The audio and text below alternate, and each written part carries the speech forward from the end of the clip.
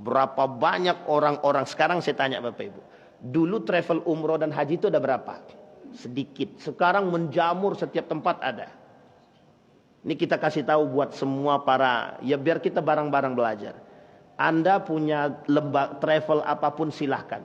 Bersainglah dengan sehat. Umat muslim di muka bumi ini banyak. Jadi jangan pernah takut bahwa rezeki Anda tertukar. Itu mustahil.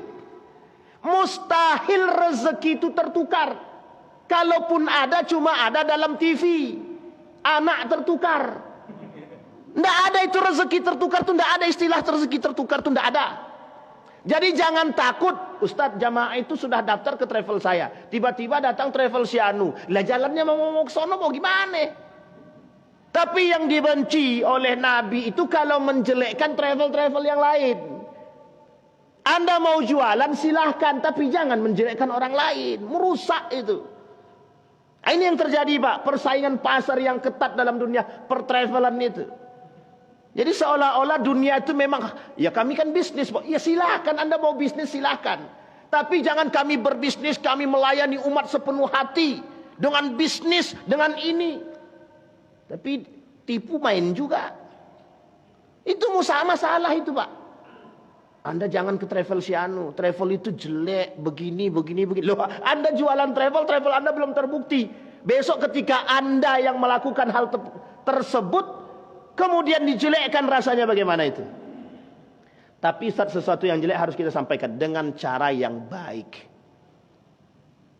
Karena kita tahu Anda mau bersaing tapi menjelekkan orang. Itu nggak benar persaingan begitu. Itu persaingan bisnis begini itu nggak benar itu. Alhamdulillahirabbil alamin. Alhamdulillahilladzi arsala rasulahu bil huda wa dinil haqq liyudhhirahu 'alad dini kullih. Wa kafa billahi syahida. Asyhadu an la ilaha illallah wahdahu la syarika lah wa asyhadu anna Muhammadan abduhu wa rasuluh la nabiyya ba'd. Allahumma salli wa sallim wa barik ala hadzal nabiyyil karim. Allahumma salli ala Muhammad wa ala ali Muhammad fil alamin innaka Hamidum Majid. Ya ayuhan nasu ittaqu rabbakumul ladzi khalaqakum min nafsin wahidah wa khalaqa minha zawjaha wa batha minhuma rijalan katsiran wa nisaa'a wattaqullaha alladzi tasaaluna bihi wal arham innallaha kana 'alaikum raqiba. Puji syukur kehadirat Allah dengan mengucapkan alhamdulillahirabbil alamin, bersalawat kepada Nabi dengan mengucapkan Allahumma salli ala Muhammad wa ala ali Muhammad fil alamin innaka Hamidum Majid. Bapak Ibu sekalian yang berbahagia, sehat semua Bapak Ibu. Semoga selalu kesehatannya yang membawa kepada ketaatan. Amin ya rabbal alamin. Insyaallah kita semua husnul khatimah. Amin ya rabbal. Baik Bapak Ibu sekalian yang berbahagia, di subuh hari ini kita coba mengkaji bersama, belajar bersama satu kitab dari seorang ulama yang dikenal sebagai Al-Imam Hujjatul Islam, Abu Hamid Muhammad bin Muhammad Al-Ghazali At-Tusi rahimahullahu ta'ala. Dalam kitab dia Asnaful Maghrurin, Kitabul Kashaf Wat-Tasbiyin fi Ghururil Khalqi Ajma'in. Judulnya Asnaful Maghrurin. Artinya orang kelompok-kelompok yang tertipu. Yang tertipu. Allah sebutkan di dalam Al-Quran. Sebenarnya banyak kalimat-kalimat yang disebutkan oleh Allah di dalam Al-Quran terkait dengan ghurur. Kata Allah di dalam Al-Quran, wa ma al-hayatud dunya illa mata'ul ghurur. Kata Imam Ali bin Abi Talib, ad-dunya mugharrak. Kata Imam Asy-Syafi'i, ad-dunya mugharrak, yaghurruk. Dunia itu menipu. Nah, itu seperti yang dikatakan Allah dalam Al-Quran. Kata Ali bin Abi Talib, dunia itu membuat orang lalai. Dunia itu menipu, kata dia. Tapi kata Imam Al-Ghazali, dunia ini memang mata. Mata itu, ya memang dunia ini kenikmatan. Nah, kenikmatan itulah yang kemudian membuat manusia tertipu. Tertipu dari apa? Maka dibahas sama Imam Al-Ghazali dalam kitab yang disebut dengan Asnaful Maghrurin. Orang-orang yang tertipu dengan urusan dunia dan mereka lalai kepada Allah. Tapi ini ada 4 golongan. Kata Imam Al-Ghazali ada 4 golongan. Yang pertama, kata Imam Al-Ghazali, persoalan ghurur ini ada namanya ghururul kafir. Tertipunya orang-orang kafir. Yang kedua, ghururul muslimin bi al-af'al wa ta'atihi. Tertipunya orang-orang muslimun, orang-orang muslim dengan ketaatan dan ibadah dia. Kemudian ghurur al-ulama. Yang terakhir ghurur al-mutasawwifin. Ada 4. Yang pertama, orang-orang yang tertipu, orang-orang kafir yang tertipu. Yang kedua, orang-orang yang tertipu dengan ibadah dan amalnya. Kemudian orang-orang yang tertipu dengan ulama. Kemudian ahli sufi. Ada satu lagi, arbabul amwal wa firaquhum. Orang-orang yang tertipu, orang-orang yang banyak harta dan kelompok-kelompok mereka yang tertipu. Baik, dalam pertemuan kali ini kita coba bahas satu-satu dari pembahasan Imam Al-Ghazali.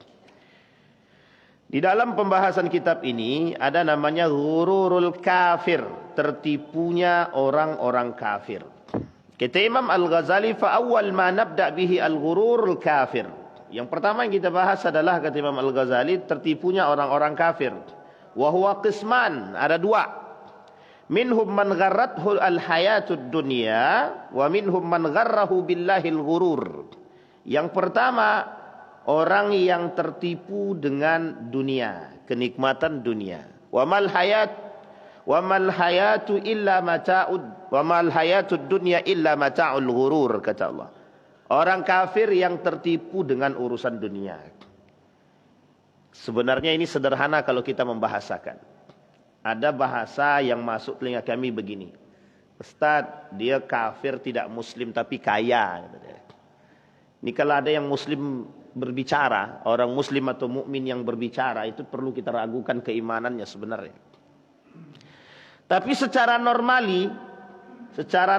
itu memang kadang orang bicara begitu memang. Ya karena dalam otak ini sudah terset dulu tentang urusan dunia. Jadi settingan dunia itu. Kalau kita kembalikan kepada masalah perang pemikiran itu, kenikmatan dunia itu adalah menjadi satu bola yang harus dipergulingkan. Jadi bola ini itu harus dijalankan, dimainkan. Dan pemain bola ini, itu pemilik bolanya adalah orang-orang yang memang ingin merusak Islam dengan cara dunia. Bagaimana caranya? Kenikmatan dunia ini menjadi bola yang diperebutkan gitu. Sehingga setiap para pemain itu mesti merebut satu bola. Kalau kita logikakan begitu. Bolanya 1, orangnya 22. Berebut semua. Satu bola diambil gitu. Nah, dunia seperti itu. Ada tipe-tipe manusia di dalam dunia tersebut, yang rakusnya, yang cueknya, yang memang berharap betul, dan lain sebagainya. Itu karakteristik yang ada dalam memandang dunia. Maka kata para ulama, bagaimana sikap seorang mukmin sebenarnya dalam memandang dunia? Ini penting. Jadi sikap seorang mukmin dalam memandang dunia seharusnya itu dirujuk atau dikembalikan kepada cara pandang Al-Quran, cara pandang yang Islami. Makanya disebut oleh para pemikir hari ini Islamic worldview, cara pandang yang Islami. Tapi kalau Theodor Herzl bilang New World Order, tatanan kehidupan baru, tatanan dunia baru. Nah, tatanan dunia baru ini itu bertolak belakang dengan Islamic worldview. Misalkan kita ambil seorang Samuel Huntington. Pernah dengar Bapak Ibu ya Samuel Huntington ya? Ini para pemikir filosof barat juga.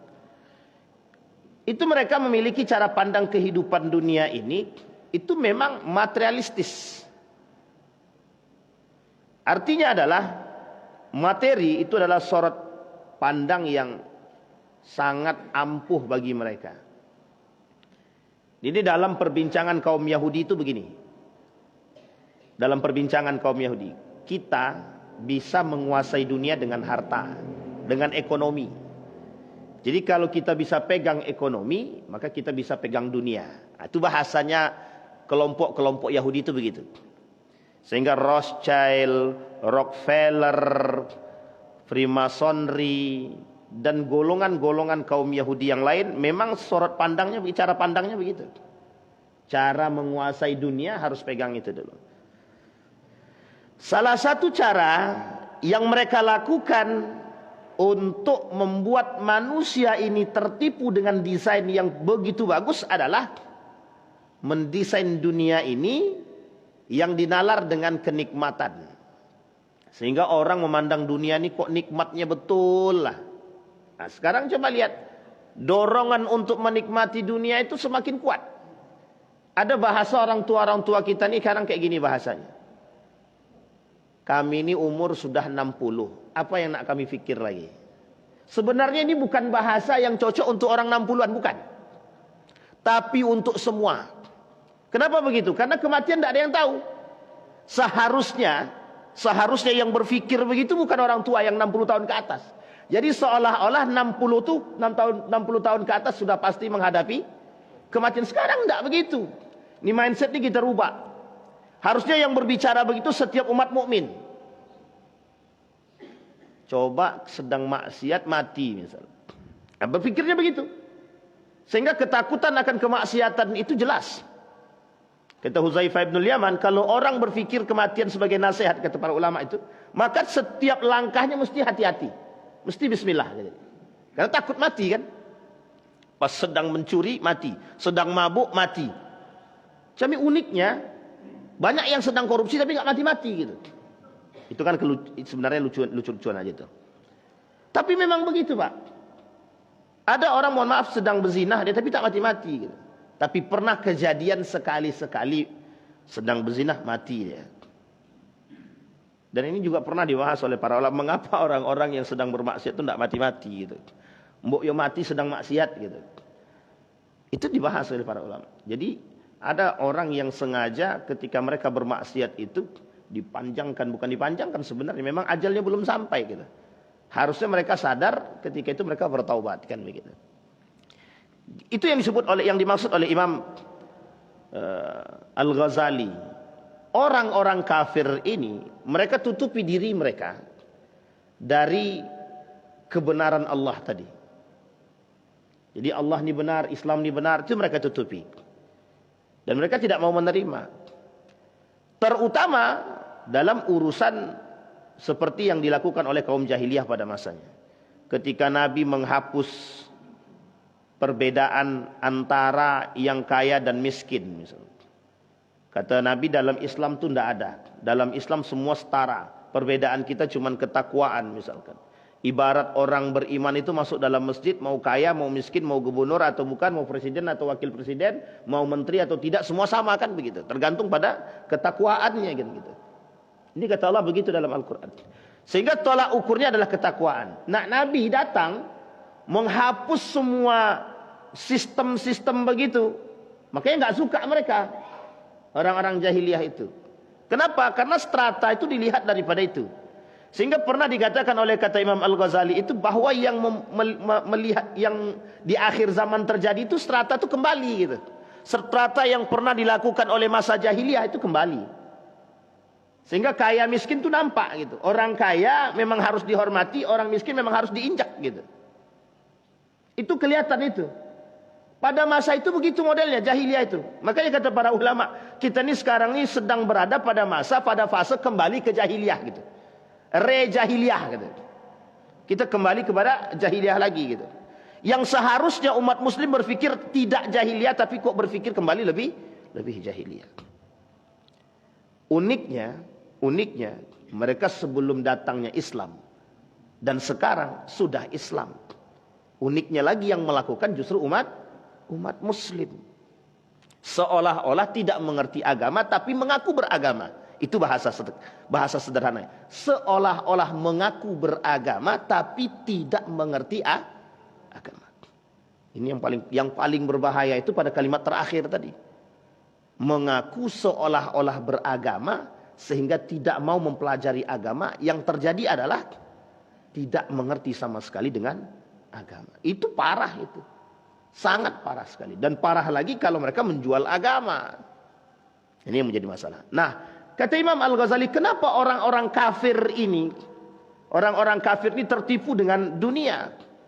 Karena memang pada awalnya kekafiran kaum Yahudi dan Nasrani itu mereka menolak yang disebut dengan penyamarataan.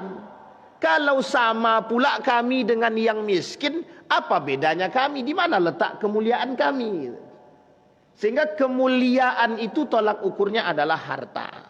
Semakin kaya seseorang, maka dia berhak menjadi seorang pemimpin. Lah sekarang kan begitu. Siapa yang punya banyak duit, dia yang berhak jadi pemimpin. Jadi mau lisannya benar, lisannya nggak benar, agamanya nggak benar, akhlaknya rusak, nggak ada masalah. Yang penting banyak duit bisa jadi. Pertanyaannya, apa yang dikatakan oleh para ulama dahulu itu terjadi gitu. Sehingga memang tolak ukur dunia. Betapa beratnya fitnah dunia tersebut, kata Imam Al-Ghazali. Berat sekali. Sehingga mengembalikan masa pada masanya gitu. Mengapa ini dikembalikan? Agar manusia berpikir, terkhusus orang beriman. Ini loh perbedaan Anda yang beriman dengan mereka yang muslim tapi tak beriman gitu. Makanya ada tingkatan, ada muslim, ada mukmin, ada muhsin. Itu tingkatan berbeda. Orang mukmin memang harus muslim, orang muslim belum tentu mukmin. Karena banyak orang mukmin yang tidak, orang muslim yang tidak mukmin itu. Banyak, bukan sedikit, banyak yang kita sebut dengan Islam KTP. Kalau bahasa lainnya Islam abangan. Dan itu banyak. Nah, kembali kepada masalah tadi. Itu yang pertama, mereka tertipu dengan urusan dunia. Kata Imam Al-Ghazali. Nah kemudian, ketika ada yang bertanya, mengapa orang-orang kafir itu di dunia dikayakan? Kaya mereka. Tapi kemudian yang muslim itu kemudian miskin dia. Ini frame-nya aja yang harus kita luruskan. Jangan bertolak kepada pandangan yang seperti ini. Tetapi yang perlu digarisbawahi, dunianya orang kafir ya di dunia gitu. Dunianya orang kafir ya di dunia gitu. Dunianya orang beriman itu dunia akhirat. Yang harus dipaham itu begitu. Ya, dunianya orang-orang beriman itu dunia dan akhirat. Dunia mengantarkan ke akhirat, bukan akhirat untuk dunia atau jual beli agama atau ibtida'uddin, bukan. Tapi dunianya orang kafir, kata para ulama, itu ya dunia itu. Jadi urusan mereka di dunia selesaikan di dunia, selesai itu dah, mereka tinggal menunggu tantangan aja lagi. Apa yang harus mereka hadapi lagi? Ya udah, malaikat maut dan tukang azab, sudah selesai. Kekafiran mereka gitu. Sebegitunya kah mereka? Ya, ilaman taba, kecuali mereka bertobat atau login. Kecuali mereka masuk ke dalam Islam, bertobat, hapus semua keburukan mereka. Sebenarnya enak loh. Ini bahasa kasarnya. Sebenarnya enak banget gitu.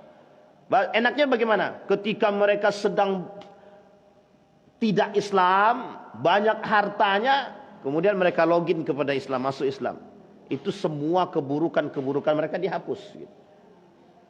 Jadi kan sedang kaya-kayanya, kemudian masuk Islam dalam keadaan kaya. Tapi ingat, sesuatu yang didapat dengan cara yang tidak baik maka akan dihapus, dihabisin itu. Ini poin penting. Tetapi ada keberkahan lain bagi mereka yang masuk ke dalam Islam itu, Allah jaga dia. Kita ambil contoh para sahabat. Sebelum para sahabat itu masuk Islam, ada yang kaya, ada yang sedang. Pertanyaannya ketika mereka masuk Islam, apakah kekayaan mereka itu hilang? Tidak. Tapi pergunaan harta yang mereka miliki sudah berbeda. Yang tadinya sorotannya dunia berubah. Ketika masuk ke dalam Islam, sorotannya dunianya menuju akhiratnya. Ini sejarahnya kan masyhur. Utsman bin Affan, Ali bin Abi Thalib, Abu Bakr Siddiq, Abdurrahman bin Auf. Masih banyak para sahabat yang lain. Begitu juga para orang-orang yang saudagar-saudagar yang kaya yang ketika mereka berada di Madinah itu. Sama. Sama semua. Kaum-kaum Ansar itu, itu sangat kaya karena mereka pemegang kendali dalam tijarah, perdagangan. Sampai ketika Madinah melakukan blok itu terhadap Mekah, orang Mekah kalang kabut itu. Para pembesar-pembesar di Mekah itu kalang kabut, bagaimana cara kami mau berdagang ke Madinah sementara bloknya mereka tutup gitu. Sementara perjalanan ke negara asing itu jauh betul. Sehingga mereka harus membutuhkan tempat istirahat dan lain sebagainya. Setiap tempat peristirahatan yang dibutuhkan oleh para pedagang-pedagang dari Mekah itu mereka harus berdagang. Sementara Madinah menutup tempat untuk mereka. Bagaimana? Coba bayangkan. Dan apakah ketika mereka masuk ke dalam Islam kekayaan mereka Allah hapus? Tidak. Cuman pergunaan, utility daripada harta mereka sudah berbeda sebelum mereka masuk Islam dan setelah mereka masuk ke dalam Islam. Harusnya kita begitu. Harusnya kita begitu. Jadi yang harus kita contoh adalah perubahan dari sebelum Islam menjadi ketika berislam itu. Sehingga nampak perbedaannya sebelum dia berislam bagaimana dan setelah Islam itu bagaimana. Itu yang paling penting. Nah, baik. Maka perlu kita melakukan atau melihat kembali ke belakang apa yang terjadi sekarang itu sebenarnya refleksi daripada kejadian-kejadian sebelumnya. Yang kedua, wa minhum man gharrahu billahil ghurur. Di antara mereka ada yang tertipu akan kebenaran. Maksudnya bagaimana? Mereka ditipu oleh syaitan akan kebenaran Allah. Jadi mereka tidak mau menerima kebenaran Allah itu, kebenaran agama Islam itu hanya karena hasutan syaitan. Al-ghurur bil fath, al-gharur bil fathi ay asy-syaitan. Kata para ulama. Wa ammal ladzina gharrathumul hayatud dunya wa humul ladzina qalu. Orang yang berbicara bahwa orang yang tertipu dengan urusan kehidupan dunia, merekalah yang berkata an-naqdu khairun minan nasi'ah. Dunia lebih baik daripada akhirat, duit lebih baik daripada segalanya. Ini bahasa mereka dari dulu nih. Makanya Imam Al-Ghazali menukil bahwa kata mereka dunia ini lebih baik daripada akhirat. Artinya bagi mereka duit itu, uang itu, harta itu lebih berharga daripada keimanan itu sendiri. Makanya Bapak Ibu, mohon maaf ya kalau kita bicara persoalan dagang. Ini kalau kita tengok teman-teman orang-orang Minang kalau berdagang itu kencang banget itu. Rumah makan Padang mana yang tidak ada di dunia ini? Negara mana yang tidak ada menjual rumah makan Padang gitu kan? Sampai di Mekah aja yang dulu nggak pernah ada rumah makan Padang, sekarang ada rumah makan Padang gitu kan. Rumah makan Padang Indonesia pula lagi. Coba bayang. Di negara-negara mana yang tak ada? Di Malaysia. Jangan kan Malaysia. Itu udah terlalu jauh Ustaz ya. Bahkan yang membangun negaranya orang Minang kan begitu. Singapura. Presidennya mantan orang-orang Minang semua kan begitu. Ini kita perlu belajar di situ. Kalau bahasa lainnya utlubil ilma walau bisin. Tuntutlah ilmu walaupun ke negeri Cina. Karakteristik Cina itu oleh presidennya diginikan. Setiap anak muda wajib berdagang. Kemudian Bank Cina ini memberikan pinjaman 0,0 sekian persen dari riba bunganya bagi para mereka yang mau berdagang. Dulu sebelum saat ini tahun 2000-an, 2008, 2009 itu ada data yang mengatakan bahwa negara yang paling miskin itu bukan negara yang banyak orang miskin itu bukan India saja, termasuk salah satunya Cina. Tapi mengapa mereka tutupi? Ada alasannya gitu. Nah, semenjak saat itu pikirannya kan Cina itu pintar dagang semua kan begitu. Oh, kalau mau berdagang seperti Cina dong, ada pelitnya, ada gininya. Bukan itu yang dilihat. Tapi bagaimana cara mereka berdagang itu, retorika dagangnya itu yang dipelajari gitu. Sehingga mungkin oleh para ulama, utlubul ilma walau bisin, tuntutlah ilmu walaupun ke negeri Cina. Mungkin yang dituntut itu adalah dagangnya gitu. Sehingga dagangnya kencang gitu. Pertanyaannya, kalau dagangnya kencang, kalau tidak dibarengi dengan agama yang baik, itu masalah gitu. Sehingga kita butuh regulasi. Regulasi itu adalah agama gitu. Sampai sini paham ya Bapak Ibu ya. Coba kalau orang sudah merasakan nikmatnya jualan gitu. Nikmatnya berdagang dan berbisnis. Sedang berbisnis trading, main trading nih, main apa saham, main pasar saham gitu. Tiba-tiba sekali masuk, anggaplah 20 juta. Sekali dapat 200 juta. Kira-kira masih tergiur nggak tuh? Tergiur, masuk 2 miliar sekali masuk, kemudian bangkrut. Stres nggak tuh? Stres. Ini dunia gitu. Sebenarnya kita sedang dipermainkan oleh dunia tersebut. Makanya kenapa para tokoh kaum orientalis ketika itu sangat menganjurkan berperang dengan harta, berperang dengan ekonomi, berperang dengan pemikiran, berperang dengan kesehatan, berperang dengan pendidikan. Jangan berperang dengan senjata gitu deh. Karena menaklukkan orang-orang muslim itu kalau berperang dengan senjata kita kalah. Mental mereka kuat. Karena memang doktrin jihad itu kencang gitu. Dari dulu sampai sekarang doktrin jihad itu tetap ada. Sekarang ini aja doktrin jihad itu dihapuskan itu. Tidak ada lagi semangat jihad. Tidak ada. Coba setiap masjid bicara tentang jihad. Pengurus masjidnya masuk penjara itu. Itu pada masanya kan begitu. Untung sekarang tidak gitu. Sudah lumayan. Harusnya ketika tidak, itu semangat jihadnya kita angkat lagi gitu. Bicara dari masjid ke masjid semuanya jihad. Membangkitkan semangat persoalan jihad itu. Sehingga terjadilah semangat itu timbul. Dulu itu yang diangkat. Masa Umar bin Khattab itu tidak ada waktu, tidak ada hari kecuali berbicara tentang ekspansi. Ekspansi jihad. Perluasan wilayah jihad semua. Yang paling penting jihad membela yang benar. Itu yang paling penting. Bukan jihad membela yang salah. Ini mati-matian, pokoknya dia benar. Karena udah kecipratan, iya benar. Kalau nggak kecipratan, salah betul. Betul aja bisa salah, apalagi baik. Sampai di sini bisa dipahami Bapak Ibu ya. Walazzatud dunya yaqinun. Kata mereka, kenikmatan dunia itu betul-betul mereka yakini. Walazzatul akhirah syak. Kata mereka, kelezatan dunia itu nyata. Tapi kelezatan akhirat itu meragukan. Karena tak nampak. Jadi mereka tidak lihat itu. Makanya Bapak Ibu, ini pernah Bapak Ibu bayangkan, waktu kecil-kecil dulu mesti pernah membayangkan itu. Ketika berbicara tentang, nanti ada tukang azab di kubur, mungkar dan nangkir.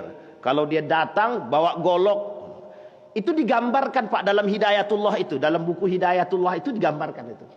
Tukang malaikat mungkar nangkir, tukang azab itu. Jadi dalam benak kita nih waktu kami kecil-kecil dulu, takut kali masuk kubur itu Pak. Kenapa takut? Tukang ancamnya ada dalam gambar tadi Pak. Diilustrasikan dalam gambar, ketakutan kita Pak. Tapi coba bayangkan tukang azab itu beneran ada di dunia itu. Makanya kenapa surga dan neraka itu Allah tampakkan. Kalau sempat Allah tampakkan selesai semua. Tidak ada yang tidak mau masuk surga kan? Sedang sekarang saja yang didoktrin itu semua orang mau masuk surga. Karena hasil doktrin kenikmatan surga tadi. Didoktrinlah kenikmatan surga. Baik melalui Al-Quran dan hadis atau dalam kitab-kitab yang lain. Dari agama-agama yang lain. Cuma uniknya, kenapa tidak ada doktrin-doktrin ancaman dan azab itu yang bersifat nyata gitu. Kalau sempat bersifat nyata, orang ketakutan Pak. Ketika mereka ketakutan, kedekatan mereka kepada Allah semakin kuat itu. Coba bayangkan sedang nampak gitu algojonya, nampak tukang pukulnya. Mesti kita takut kan? Takut Pak. Tapi karena tak nampak tukangnya begitu. Jadi ya biasa-biasa saja. Nah bagi kafir, bagi orang kafir, kenikmatan akhirat itu meragukan. Gitu. Kenikmatan akhirat itu, walazzatul akhirah syak, menakutkan. Wala yatrukul yakin bisyak. Jangan kalian tinggalkan sesuatu yang fakta itu dengan keraguan. Ini bahasa mereka. Wa hadza qiyasun fasid wa huwa qiyasun iblis laknatullah. Ana khairun minhu fa dhanna anna al-khairiyya fin nasab. Apa kata dia dalam bahas ini? Itu adalah kiasan yang rusak, yang merusak. Kata Imam Al-Ghazali, wa huwa, dan itu qiyasu iblis. Kiasan yang dilakukan oleh iblis. Ketika iblis berkata kepada Allah, ana khairun minhu. Ketika iblis diperintahkan untuk sujud kepada Nabi Adam, apa kata dia? Ana khairun minhu. Nah, jadi berarti Ustaz, orang-orang yang mengikuti dunia ini mereka mengikuti iblis. Tergantung. Kalau dunianya untuk sesuatu yang tidak baik, iya. Tapi kalau dunianya untuk yang baik, mengantarkan dia kepada akhirat, tidak. Sampai sini paham ya Bapak Ibu ya? Baik. Maka kata Imam Al-Ghazali, itu adalah kiasan iblis. Makanya kalau ada sebenarnya bahasa sederhana. Kau kan cari dulu duit sebanyak mungkin. Bangun rumah, bangun ini. Ntar kalau setelah itu ente mau ibadah, kita kalau sudah banyak rumah, sudah punya sendiri, kita sudah punya banyak harta, punya banyak investasi, baru kemudian kita beribadah dengan taat, gitu deh. Yang kayak gini ini harus dihilangkan. Cara gaya berpikir seperti ini harus dihilangkan. Ketika sedang numpuk harta, mati kan susah. Nah, jadi bukan begitu cara berpikirnya. Bekerja jalan, ibadah jalan. Wa qul i'malu fasayarallahu amalakum wa rasuluhu, kata Allah. Bekerjalah, Allah yang melihat semua pekerjaan kita itu. Islam tidak pernah melarang orang bekerja. Makanya ketika ada kelompok Jabariyah dan Qadariyah, itu Islam menentang betul itu. Orang kelompok yang hanya menunggu datang dari Allah saja. Dan kemudian orang yang tidak percaya dengan akhirat dan takdir Allah saja. Sama, kedua-duanya ditentang, kedua-duanya sesat itu. Sesat itu, Qadariyah, Jabariyah, kedua-duanya sesat itu. Dan itu ditentang oleh para ulama. Makanya kata para ulama, dunia, Allah sendiri yang katakan, wabtaghi fima ataka Allahu ad-daral akhirah wa la tansa nasibaka minad dunya. Akhirat tetap kita kejar, tapi bagaimana dunia ini kita kemas untuk mengantarkan kita kepada akhirat yang baik. Apa ada agama melarang orang muslim jadi orang kaya? Tidak ada. Cuma doktrinnya orang muslim wajib kaya itu hati-hati itu. Kalau orang muslim wajib kaya. Nggak pernah Islam mewajibkan orang muslim kaya ya. Islam tak pernah mewajibkan orang muslim kaya. Tapi kalau bekerja wajib. Memang harus begitu. Baik. Kemudian kata Imam Al-Ghazali, wa ilaju hadzal ghurur syai'ani. Adapun cara menghilangkan ketertipuan ini ada dua. Imma bitasdiqin huwa al-iman wa imma biburhanin. Yang pertama, cara mereka atau selamat daripada tertipu ini ada dua, kata Imam Al-Ghazali. Yang pertama, kalau dia tak percaya dengan Allah, maka salah satu cara mereka tertipu dengan dunia, atau mereka bukan masuk Islam, bukan Islam, maka cara menghapus tertipu ini, kata Imam Al-Ghazali, dengan beriman. Beriman. Dengan beriman dia sudah menghapus ketertipuan mereka. Yang kedua, biburhanin, dengan bukti. Nih, kita ambil contoh. Banyak ilmuwan mempelajari Al-Quran masuk Islam. Itu banyak orientalis. Saya sebutkan, ada seorang orientalis kental betul dengan Al-Quran, itu dia pelajari. Kalau kita di Indonesia ini udah banyak nih. Kita ambil contoh Irina, Montgomery Ward, Ustadz Yahya Waloni, dan para kristolog yang lain itu. Pelajari itu dari Indonesia, itu dah tak perlu kita keluarkan, tapi dari Indonesia. Ada Peter itu benci sangat dengan Al-Quran tuh, bahkan dibakarnya Pak.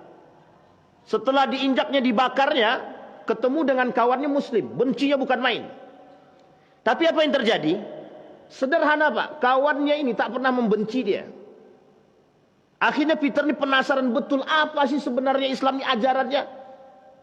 Dia dekat dengan kawan yang lain, tapi Muslim. Dipelajari Pak, masuk Islam dia. Minta maaf deh sama kawan dia yang disakiti itu. Apa kata Peter? Dulu kalau saya pernah menyakiti Anda, sekarang saya menjadi bagian daripada Anda, katanya. Apa jawaban kawan tadi? Tidak ada masalah. Waktu itu ente nggak kenal dengan Islam, katanya. Sekarang ente udah kenal dengan Islam. Coba bayangkan. Jadi sebenarnya begitu. Unik Al-Quran itu semakin dikaji, semakin menimbulkan penasaran yang tinggi. Sangat-sangat kuat itu. Ustadz Gramatan itu cuma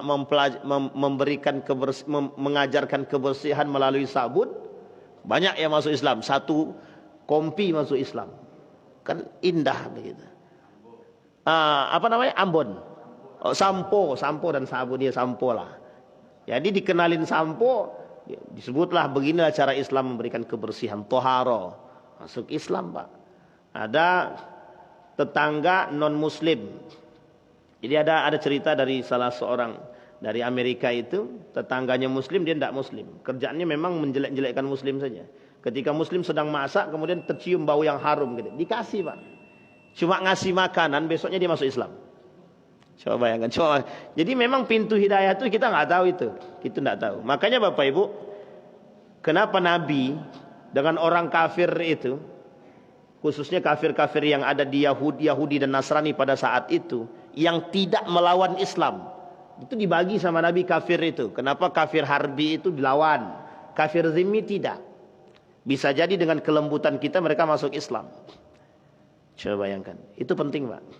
Makanya daging kurban itu boleh dikasih kepada, sampai para ulama, boleh tidak daging kurban itu dikasih kepada orang kafir, orang non muslim? Boleh, tak ada masalah. Kata para ulama, tidak ada masalah. Siapa tahu dengan kita memberikan itu dia masuk Islam. Tapi ada orang yang alergi betul dengan begitu tuh ada. Woi, kau muslim atau bukan? Belum duduk kawan tuh lagi langsung ditanya, kau muslim atau bukan? Bukan. Pergi sana gitu deh. Ini kita perlu, Pak. Jadi kolaborasi akhlak sosial dengan agama itu penting. Ya penting, Pak. Kolaborasi itu penting betul. Islam mengajarkan segalanya, Pak. Islam tidak pernah mengajarkan kebencian, itu tidak pernah. Bahkan sama orang kafir pun tidak pernah. Yang megang kunci Ka'bah kan setelah Fathu Mekah masih orang Yahudi itu. Sampai beberapa dekade. Itu turun-temurun itu, Pak. Turun-temurun pemegang kunci Ka'bah itu. Orang Yahudi itu. Sampai pada masanya orang-orang Yahudi itu diusir dari Mekah dan Madinah itu. Itu dalam sejarah begitu. Barulah tak ada lagi orang Yahudi pegang. Kalau sebelum itu semua yang pegang orang Yahudi itu turun-temurun. Dari masa Nabi terus. Itu memang yang pegang Yahudi. Jadi cara Nabi menghormati orang-orang non-muslim. Bahasa Nabi kepada kelompok Taif itu kan begitu. Tidak usah, jangan dikasih azab. Itu mereka qaumun la yafqahun. Mereka adalah orang-orang yang tidak mengerti. Nanti Nabi berdoa semoga dari tempat tersebut lahir para generasi yang cinta terhadap Al-Quran, yang taat. Itu yang harus kita lakukan. Maka Bapak Ibu sekalian yang berbahagia, kita perlu membedakan. Kita keras tegas kepada siapa dan kita lembut kepada siapa. Itu penting. Kalau kemaksiatan itu kita lembut-lembutkan, kita yang masuk dalam kemaksiatan itu. Kalau kemungkaran itu kita biarkan, kita yang ikut dalam kemungkaran tersebut. Tapi kemungkaran perlu adanya ketegasan. Bukan kekerasan, tapi ketegasan. Baik. Imma bitasdiq huwal iman wa imma bil burhan. Wa amma at-tasdiqu fahuwa an yusaddiqallahu ta'ala fi qawlihi wa ma 'indallahi khairu wa abqa. Tidak ada segala sesuatu itu di sisi Allah kecuali memang dia baik dan kekal. Itu penting untuk dipahami bagi seorang yang beriman. Kemudian yang kedua, wamal hayatud dunya illa mata'ul ghurur, kata Allah. Tidak ada, dunia itu cuma tipu daya saja. Ada dalam ayat lain, al hayat ad-dunya la'ibu wa lahwun. Dunia itu adalah tempat bermain dan tipu daya. Wa tasdiqur Rasul sallallahu alaihi wasallam fima jaa bihi. Dan kita harus yakin beriman kepada Rasulullah. Ini kemudian kata Imam Al-Ghazali. Wa ammal burhan, adapun bukti-bukti, wa huwa an ya'rifa wajha fasadi qiyasihi adna qawluhu ad-dunya naqdun wal akhirah nasi'ah muqaddimatun sahihatun Wa amma qauluhu an-naqdu khairun minan nasi'ah fahuwa mahallut talbis. Bukti untuk membuktikan kepada mereka bahwa yang mengatakan bahwa dunia itu lebih baik daripada akhirat, itu harus dibuktikan dengan cara menunjukkan kerusakan yang terjadi dari orang-orang yang memiliki atau mencintai dunia. Kita ambil contoh sederhana. Kalau orang sudah cinta terhadap dunia, apa yang terjadi? Halal bisa jadi haram, haram bisa jadi halal. Kawan bisa jadi lawan, lawan bisa jadi. Ada bahasa sederhana begini yang sering kita dengar. Bisnis, kawan-kawan, keluarga-keluarga. Betul nggak dalam Islam begitu? Nggak benar sama sekali itu. Tapi Ustaz, kalau kita berbisnis tapi kemudian saudara kita, ada konsep dalam Islam yang disebut dengan ada sedekah, ada apa, hadayah dan lain sebagainya. Itu yang harus dipahami, Pak. Sehingga dalam benak kita nih bisnis, kawan-kawan, lawan-lawan, keluarga-keluarga. Keluarga ya keluarga, kalau udah masuk bisnis ya bisnis. Begitu dia. Benar nggak? Nggak benar, Pak. Nggak benar sama sekali itu. Itu gaya berpikirnya materialistis. Ada kelompok namanya nanti materialisme. Nah, ini kelompok-kelompok yang seperti ini nih. Mereka yang kemudian memunculkan kalimat kawan-kawan, keluarga-keluarga, bisnis-bisnis. Harus dipisahkan.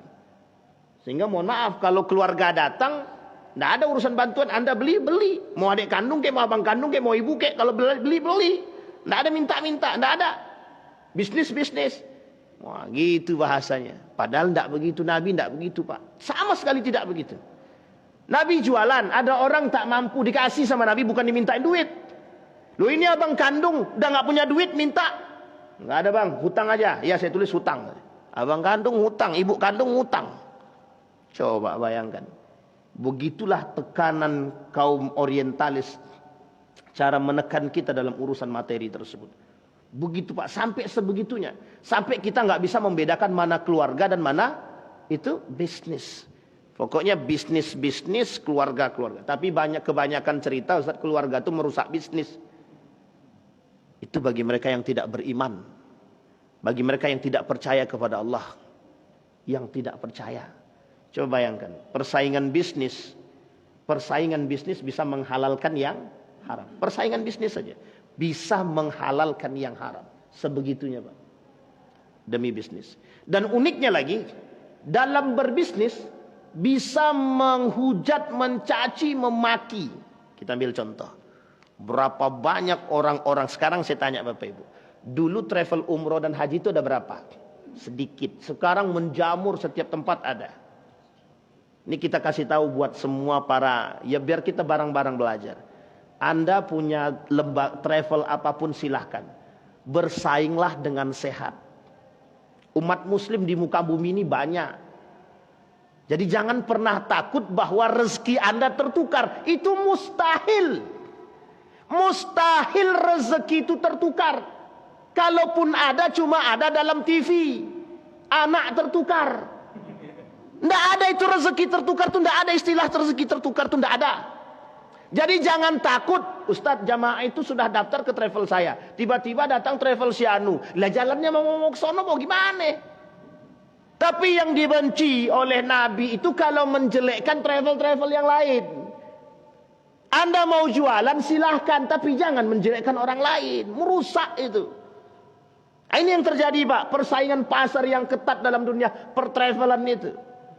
Jadi seolah-olah dunia itu memang, ya kami kan bisnis, Pak. Ya silahkan, Anda mau bisnis silahkan.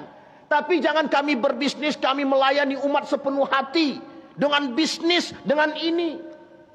Tapi tipu main juga. Itu sama salah itu, Pak. Anda jangan ke travel si Anu. Travel itu jelek, begini. Loh, Anda jualan travel Anda belum terbukti. Besok ketika Anda yang melakukan hal tersebut, kemudian dijelekkan, rasanya bagaimana itu? Tapi sesuatu yang jelek harus kita sampaikan dengan cara yang baik. Karena kita tahu Anda mau bersaing tapi menjelekkan orang.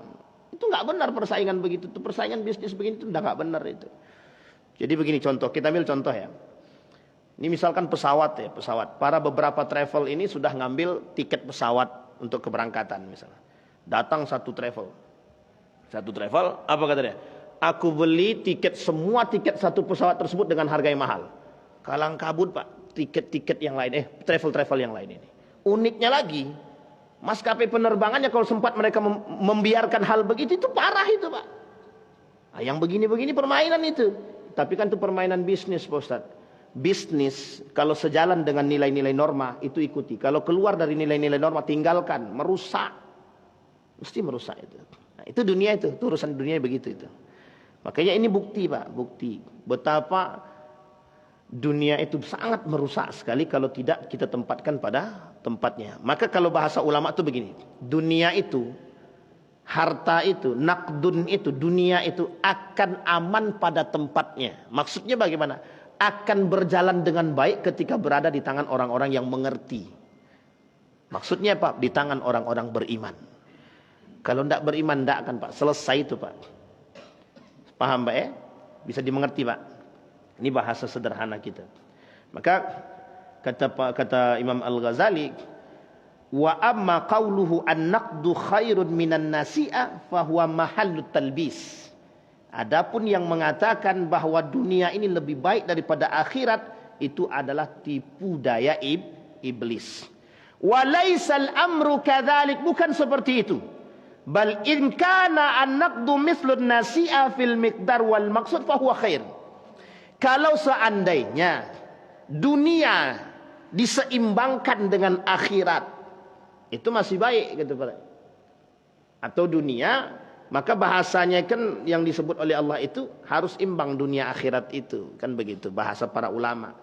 Jadi membahasakan, ulama-ulama tafsir itu membahasakan ketika bicara tentang wabtaghi fi ma atakallahu ad-daral akhirah wala tansa nasibaka minad dunya, itu diseimbangkan. Butuh adanya keseimbangan. Ibadah siang malam, makan tidak, itu mati namanya itu. Bunuh diri namanya. Itu tidak baik juga Pak.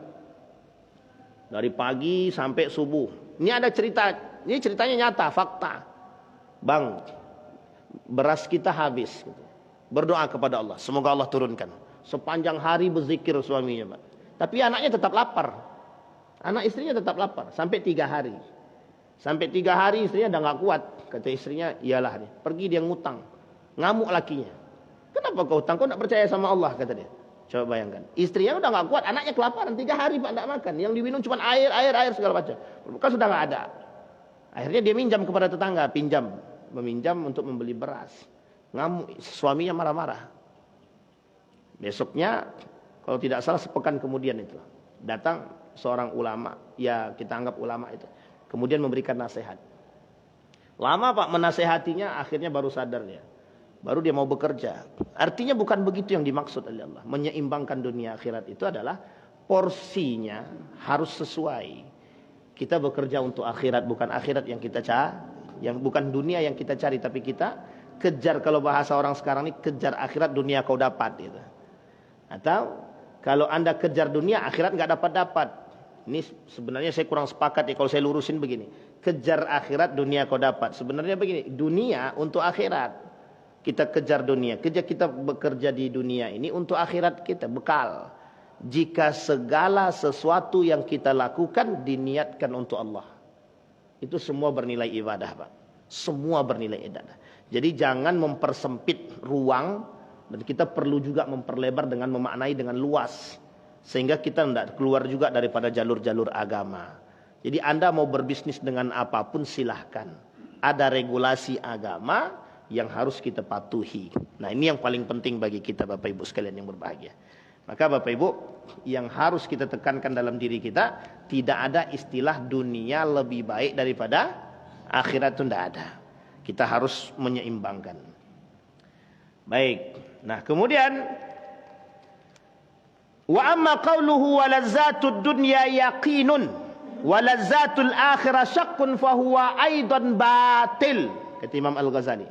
Adapun perkataan mereka yang mengatakan kelezatan dunia ini adalah nyata, sementara kelezatan akhirat adalah meragukan, itu adalah batil.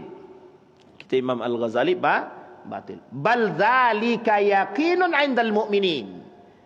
Tapi kelezatan akhirat itu adalah nyata bagi orang-orang beriman. Jadi tolak ukurnya cuma satu, yakin. Wal yaqinuhu madrakan ahaduhuma al-iman wat tasdiq ala wajhi taqlid lil anbiya wal ulama. Adapun bentuk keyakinan dan fakta terhadap kelezatan akhirat tadi bagi orang beriman ada dua. Satu, al-iman wat tasdiq, iman dan keyakinan. Ala wajhi taqlid, dalam cara kita mengikuti taklid kepada al-anbiya wal ulama. Kata Nabi dalam hadisnya itu, la yarithu al-ulama al-anbiya la yarithu dinaran wala dirham walakin yarithul ilma. Nabi tidak mewariskan dinar dan dirham kepada para ulama. Yang diwariskan kepada ulama itu ilmu. Ilmu yang dibarengi dengan iman. Kata guru saya begini, Profesor Dr. Hamid Fahmi Zarkasi itu bilang, yang harus dipahami tiga. Ilmu, iman, ilmu, amal. Ini poin penting, Pak. Ilmu, iman, ilmu, amal. Ini tiga-tiganya harus ada dalam diri kita. Iman kita kuat, ilmu kita punya, kemudian amal. Ini kalau dah jalan ini adalah cara pandang seorang mukmin tuh begitu. Ilmu, iman, amal. Tiga-tiganya harus ada. Harus. Iman kita, berilmu kita. Kalau iman tanpa ilmu, bobrok kita, Pak. Banyak orang beriman, Ustaz, tapi tanpa ilmu sesat, Pak. Sesat menyesatkan. Nah, makanya kalau akhir-akhir ini kok pada muncul aliran-aliran sesat, itu karena du'ful ilmi wa du'ful iman. Banyak sekarang aliran sesat bermunculan, Pak. Banyak betul. Dan uniknya banyak pengikutnya. Saya kadang-kadang curiga pula, ini apa masalahnya kok bisa banyak aliran sesat muncul dan banyak pula para pengikutnya gitu. Coba bayangkan, Pak, sudah jelas kerusakannya masih juga diikuti. Itu gimana coba tuh? Nah, yang terakhir amal, Pak. Yang ketiga itu amal. Nah, ini yang menjadi masalah. Ini yang amal ini, Pak. Yang berat tuh yang terakhir ini, yang mengamalkan. Beriman dia sudah, berilmu dia oke. Tapi mohon maaf, kadang banyak yang terjebak. Nah, nanti yang para ulama, tertipunya para ulama itu pada nomor yang ketiga ini. Para ulama itu kenapa banyak yang tertipu? Itu tertipu pada nomor yang ketiga ini, al-amal. Nah, itu yang harus kita pahami. Baik Bapak Ibu sekalian yang berbahagia, maka ahaduhuma al-iman wat tasdiq ala wajhi taqlid lil anbiya wal ulama kama yuqallidu at-tabib al-hadhiq fid dawa. Seperti dokter itu akan mengikuti aturan-aturan memberikan obat ketika ada yang sakit yang sesuai dengan penyakitnya. Kalau sakitnya jantung jangan dikasih obat liver, atau sakit jantung dikasih obat sakit gigi. Nah, kan nggak nyambung dia. Nah, jadi seperti itulah kata-kata Imam Al-Ghazali. Ini saya cuma mengulang. Wal madriku tsani al-wahyu lil anbiya wal ilham lil auliya. Ini penting. Adapun yang kedua, keyakinan yang kedua atau fakta yang kedua adalah al-wahyu lil anbiya. Wahyu bagi para nabi, ilham bagi para orang-orang soleh, para aulia, wali, orang-orang soleh. Nah, ini yang harus kita pahami, bahwa kita semua ini tidak mungkin mendapatkan mukjizat, tapi ada yang disebut dengan ilham, kelebihan, hanya pada orang-orang beriman yang saleh, yang baik. Jadi mohon maaf Pak, ini persoalan juga Pak. Ada persoalan karomah-karomah. Bapak Ibu, ini ada yang kemarin bertanya kepada saya begini, Ustaz, kata dia, bagaimana ilmu laduni itu bisa nempel-nempel, kata dia gitu, segala macam. Itu karomah apa gimana Pak Ustaz? Iblis, saya bilang, jin. Dah selesai Pak. Karena kalau sesuatu karomah yang ditampakkan itu tidak ada cerita Pak. Kalau karomah ditampakkan tidak ada. Sahabat Nabi itu banyak yang punya kelebihan Pak, tapi tidak pernah ada yang menampakkan dan tidak mau menggunakan itu untuk kepentingan, tidak ada. Jadi kalau ada orang dengan karomahnya dia berikan, kemudian itu mesti main dengan jin, selesai itu urusan kita Pak. Jin, setan juga bisa berjalan di atas air. Jadi kalau ada orang yang menampakkan dia berjalan di atas air, sini tengok-tengok, aku jalan di atas air, itu mesti jin. Mesti dia bermain dengan, itu bukan karena karamah itu, bukan. Kecuali dia berada dalam posisi yang terjepit dan untuk membuktikan kebenaran Islam. Sangat mungkin sekali. Sampai di sini bisa dipahami Bapak Ibu. Ada pertanyaan Bapak Ibu? Tidak ada, alhamdulillah. Ya begitu. Kalau ditanya begitu kan cepet gitu kan. Baik, kalau tidak ada pertanyaan Bapak Ibu, kita berdoa kepada Allah. Mudah-mudahan dalam kesunyian, dalam kondisi kita yang serba, insya Allah kita diberikan keamanan. Tapi kita tidak ada bertanya. Assalamualaikum warahmatullahi wabarakatuh.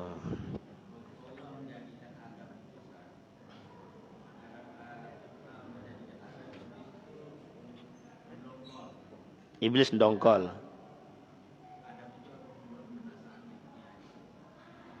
Yang dongkol iblis atau malaikat?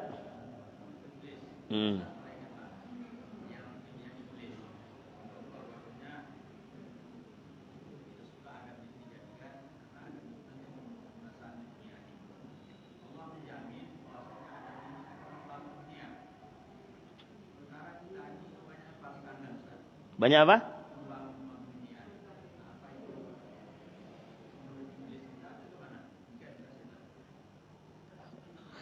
Jadi apakah kita ini mengikuti iblis begitu ya? Apakah kita ini ikut iblis atau ikut Adam gitu? Bapak Ibu sekalian yang berbahagia, kita harus yakin dengan janjinya Allah, itu dah jelas itu. Kita orang beriman, yang ikut iblis itu tidak banyak Pak. Yang ngikutin malaikat ini banyak, yang ngikutin Nabi juga banyak. Zaman Nabi, Bani Israel semua Pak. Bani Israel. Bani Israel itu tidak ada apa-apanya dengan, mohon maaf, kita ini tidak ada apa-apanya dengan Bani Israel. Kalau dibandingkan pembangkangan, kita tidak ada apa-apanya. Yang perlu kita garis bawahi adalah kerusakan itu, kata Allah, kerusakan itu, ini cara mentafsirkannya kata Gus Baha itu. Kerusakan yang dilakukan oleh manusia itu akan dibenahi oleh manusia yang beriman. Jadi kerusakan di muka bumi ini akan dibenahi oleh orang-orang beriman. Paham maksudnya Bapak Ibu? Paham ya? Jadi bahasanya begini. Kenapa manusia itu yang Allah tekankan? Kata Allah, aku lebih tahu daripada malaikat. Itu satu. Yang kedua, kata Allah, manusia ini menjadi pemimpin. Ini kita sudah lihat nih Pak. Kan kita sudah pandang tuh. Satu, kita lihat itu Umar bin Khattab. Nabi, perdamaiannya banyak panjang. Zulkarnain, cerita. Ini sudah banyak Bapak Ibu dapat cerita nih. Pertanyaannya, secara maksud yang Allah katakan manusia itu khalifah fil ard, selesai ya? Jelas ya? Jelas ya Bapak Ibu ya? Manusia menjadi pemimpin di muka bumi ini. Itu karena kalau bahasanya dalam nature of man itu, fitrah kemanusiaan itu, manusia ini memimpin segalanya dengan akal. Jadi gini Pak, dalam fitrah kemanusiaan itu yang tidak dimiliki oleh makhluk lain, perbedaan kita dengan makhluk yang lain itu cuma satu aja, akal. Mereka nggak punya akal. Binatang tuh nggak punya akal. Jadi kalau Bapak Ibu mencaci maki binatang itu sebenarnya sedang mencaci maki diri sendiri. Kucing nih kuang ajo, tak punya otak. Sejak kapan kucing punya otak? Ketika makan. Ini perbedaan kita Pak. Jadi akal yang diberikan ini, kata para ulama itu, akal inilah yang berinovasi. Masalahnya akal yang berinovasi ini itu disetir oleh siapa?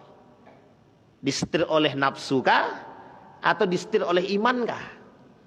Maka kalau mau lihat baiknya, ikuti imannya. Kalau mau buruknya, ikuti nafsunya. Makanya dua dimensi yang diberikan oleh Allah itu tertulis nyata. Kata Allah dalam Al-Quran itu tentang manusia ini diberikan dua. Satu ketakwaan, dua nafsu. Ya, tinggal pilih saja mau nafsu atau apa. Nah sekarang pertanyaannya, kata Bapak tadi, manusia itu akan melakukan kerusakan di muka bumi ini. Itu kan malaikat berbicara demikian, itu karena sebelumnya pernah terjadi. Tapi makhluk sebelumnya tidak disempurnakan dengan makhluk yang sekarang. Tapi Ustaz, kenyataannya banyak yang melakukan kerusakan. Betul, yang melakukan kebaikan juga lebih banyak. Harus paham maksud ini. Jadi jangan kita mendiskreditkan satu, tapi yang membuangnya. Tapi keburukan-keburukan yang dilakukan oleh manusia-manusia tersebut maka akan diperbaiki oleh manusia-manusia beriman. Janji Allah itu tidak akan pernah tertipu. Maka kata Nabi, kelak akan muncul orang-orang yang melakukan perdamaian. Imam Mahdi dan Isa alaihissalam. Jadi kita penting memahami itu. Sehingga, tapi apakah betul kita ini pengikut iblis? Bukan kita, Pak, mereka aja. Kalau kita nggak ngikut iblis, Pak. Ya, serius, Pak. Ini penting, Pak. Ada pertanyaan begini. Ini pertanyaan betul, pas betul di depan saya dan guru saya yang jawab langsung. Saya duduk sama guru saya, Fatur Rahman Kamal itu, datang orang, Pak, Muslim, dia bilang, Ustaz, kita nih kata orang umat Muslim kita nih bodoh-bodoh. Dijawab sama guru saya, yang bodoh itu Anda, kata dia. Kalau saya tidak, kata dia, gitu. Ya sama. Pertanyaan itu kita jawab dengan jawaban yang sama. Kalau ada orang kita mengikuti iblis, itu yang ikut mereka, kita enggak. Kita mengikuti yang baik-baik. Begitu Bapak Ibu ya? Insyaallah. A'udzu billahi minasyaitonir rajim. Bismillahirrahmanirrahim. Alhamdulillahirabbil alamin. Hamdan syakirin, hamdan na'imin, hamdan yuwafi ni'amahu wa yukafi mazidah. Ya Rabbana lakal hamdu kama yanbaghi li jalali wajhikal karim wa 'azimi sultanik. Allahumma shalli ala Muhammad wa ala ali Muhammad fil alamin innaka Hamidum Majid. Ya Hayyun ya Qayyum ya Fattah ya Alim ya Aziz ya Ghaffar ya Rabbal alamin. Allahumma faqihna fid din wa 'allimna at-ta'wil. Allahumma ighfir lana ذنوبنا وذنوب والدينا وارحمهما كما ربيانا صغارا اللهم انصر من نصر الدين واخذل من خذل المسلمين اللهم اغفر لهم وارحمهم وعافيهم واعف عنهم واكرم نزولهم ووسع مدخلهم واجعل الجنة مثواهم ربنا ظلمنا انفسنا وان لم تغفر لنا وترحمنا لنكونن من الخاسرين ربنا آتنا في الدنيا حسنة وفي الآخرة حسنة وقنا عذاب النار والحمد لله رب العالمين. السلام عليكم ورحمة الله وبركاته.